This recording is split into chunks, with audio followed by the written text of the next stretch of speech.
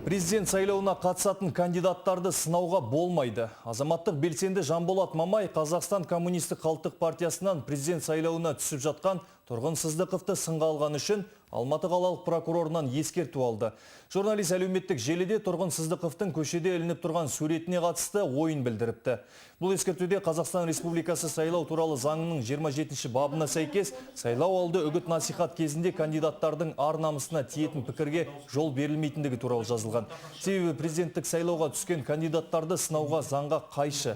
Кандидаттар туралы теріс ақпарат беру әкімшілік кодекстің 104-ші бабы бойынша қудаланады екен. Сайлау кезінде, сайлау алды үгіт насихат науқаны жүрген кезде үміткерлерге сын айтуға болмайды, үміткерлерге жаңағы сыни пікір, көзқарас білдіруге болмайды деген мақсатта осындай арнайы хат алып келіпті. Бұл жаңағы егер бұл хатты бұзатын болса, бұл талаптарды бұзатын болса, онда бұл жер жазылған өзі 104-ші бап бойынша, әкімшілік жауапкершілік 104-ші бап бойынша адам жауапкершілікке тартылады екен.